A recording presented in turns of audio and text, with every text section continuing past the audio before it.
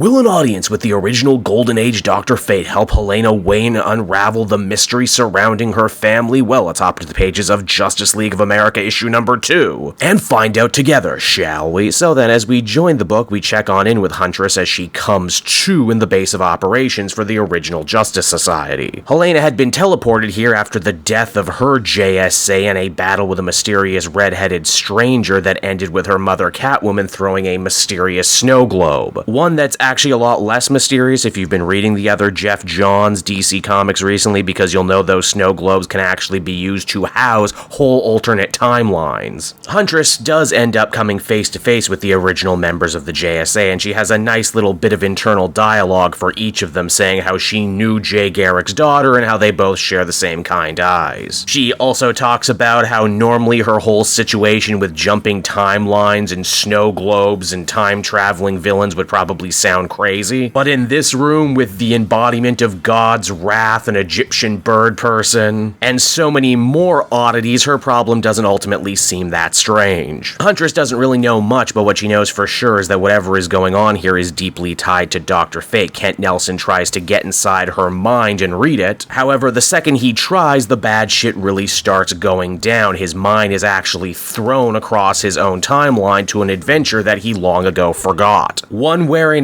him and his kid sidekick, Salem the Witch Girl, went to the Slaughter Swamps to try and hunt down the JSA Dark and its leader, Mr. Miracle. And if you're thinking to yourself, hey, Dr. Fate Kent Nelson never had a girl sidekick, well, there's a reason you don't remember her. That's the story that's being told over in that Stargirl book, also by Jeff Johns right now. Dr. Fate and Salem eventually do find Mr. Miracle. This is the original human Mr. Miracle, by the way, not the new god, and it seems that he's being chased by Solomon Grundy. Which, interesting choice in villain, considering as we saw in Huntress's future, Solomon Grundy is actually a good guy and her friend. In fact, this issue even goes as far to invent and drop reference to another Golden Age character who apparently got deleted from time, the Bride of Grundy. Now, while Dr. Fate is totally tripping balls right now and taking a trip down memory lane, what happened to Helena? Well, she's also being forced to relive some segments from her past, almost as if that red-headed stranger went out of his way to booby-trap the mindscape so that no one could look into his plot. We actually see a young Helena being called into the principal's office and being raked over the coals. Apparently she wasn't that good a kid, a lot of fighting, a lot of skipping. And because her father was Batman, he didn't really show up to parent-teacher night or do much disciplining, which means that all of that fell on Selina Kyle, which is hilarious. That the former criminal super thief Catwoman is the one who had to end up being the disciplinarian in the household. She probably felt like such a hypocrite every day. Speaking of Catwoman, she actually ends up dropping the most important piece of evidence this issue. We flash back to the big battle between her and the red-headed stranger from the end of the first issue, and Selina is sure to drop this guy's name, Degaton. Meaning that, yes, everyone in the comments section was right, this is indeed Per Degaton, the long-time time-traveling JSA villain. Degaton also says that when Catwoman threw that snow globe at her daughter, she managed to turn Helena into a blind spot, whatever that means, meaning that she's now exempt to whatever Per Degaton's ritual was meant to be. Huntress is actually seeing all of this in her mind's eye, which means she's very sadly forced to watch her mother die for a second time. When she comes to, she's actually quantum leaped once again, now to the modern day DC universe, where she ends up coming to in an alley and coming face to face with Khalid, the modern day Dr. Fate, as well as Detective Chimp and a few of the other patrons of the Oblivion Bar as the comic finally comes to a close. And so that was JSA issue number 2, everybody, and while not nearly as much happened when compared to the first issue and even the prelude, I'd be lying if I said I didn't enjoy it. This series really is just prime vintage Jeff Johns, him playing to his strengths. A lot of big overarching mysteries and conspiracies and callbacks and deep cuts. It's also here too where the events of this book start dovetailing quite nicely with the events of the Stargirl book. In fact, part of me wonders how much more crossover we're actually gonna see between these two books. Maybe they'll actually officially cross over, with Stargirl meeting Helena or vice versa. Also, while I'm not totally 100% sure what Per Degaton's plan is, I'm sure it's what it always is, to destroy the JSA across all of time, though why he chose to use Dr. Fate as an instrument of this plan is still yet to be seen. Overall, I'd feel comfortable giving this issue a 7.5 out of 10. It's not nearly as good as the two that preceded it, but still pretty solid and definitely interesting enough to keep me invested moving forward.